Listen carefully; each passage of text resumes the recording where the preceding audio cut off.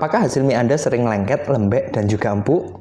Ini dia cara sederhana yang banyak dirahasiakan oleh para top chef handal, bagaimana mereka bisa membuat hasil mie mereka selalu bagus dan sempurna. Kalau kita membahas kenapa hasil mie itu bisa lengket, lembek, dan juga empuk, setidaknya ada 3 faktor yang mempengaruhi. Yang pertama adalah moisture, kandungan air.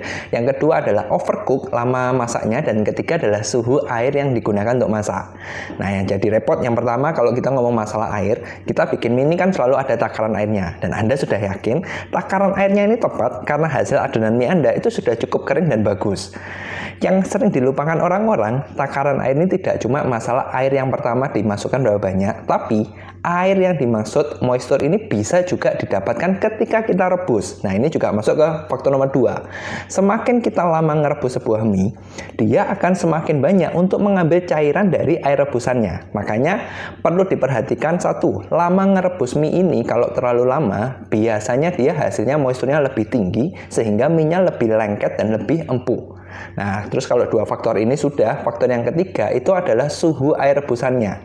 Mie itu terbuat dari tepung, dan tepung itu selalu mempunyai titik didih. Kalau ternyata titik didihnya itu di bawah suhu airnya, jadi bayangkan misalkan nih, titik didih mie-nya itu adalah sekitar 75, dan ternyata Anda ngerebusnya pakai air yang mendidih 100, sehingga kan ini di atasnya.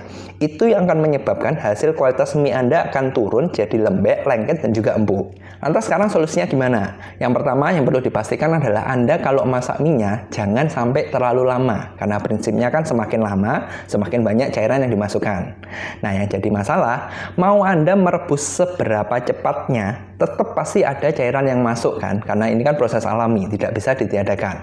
Sehingga kalau sudah seperti ini, selain Anda memastikan proses rebusnya tidak terlalu lama, Anda perlu menambahkan bahan tambahan pangan yang bisa membantu.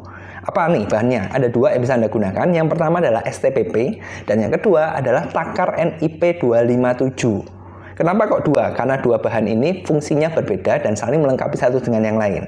STPP itu dia berfungsi untuk meningkatkan gel temperaturnya. Kalau Anda tadi ingat pembahasan saya tentang suhu, nah STPP ini bisa meningkatkan suhunya. Korelasinya apa? Semakin tinggi suhu yang bisa dihasilkan dari tepungnya, dari minyak tadi, maka akan semakin sedikit air yang diserap. Jadi kalau Anda misalkan suhu dasarnya 75, nyerapnya sekian, kalau suhunya dinaikkan dengan penggunaan STPP, nyerapnya itu akan semakin sedikit. Nah, ini membantu untuk supaya tidak terlalu banyak terserap.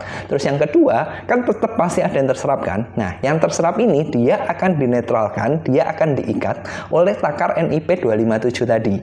Sehingga hasil mie Anda bisa lebih kering, bisa lebih kenyal, dan juga tidak lengket-lengket.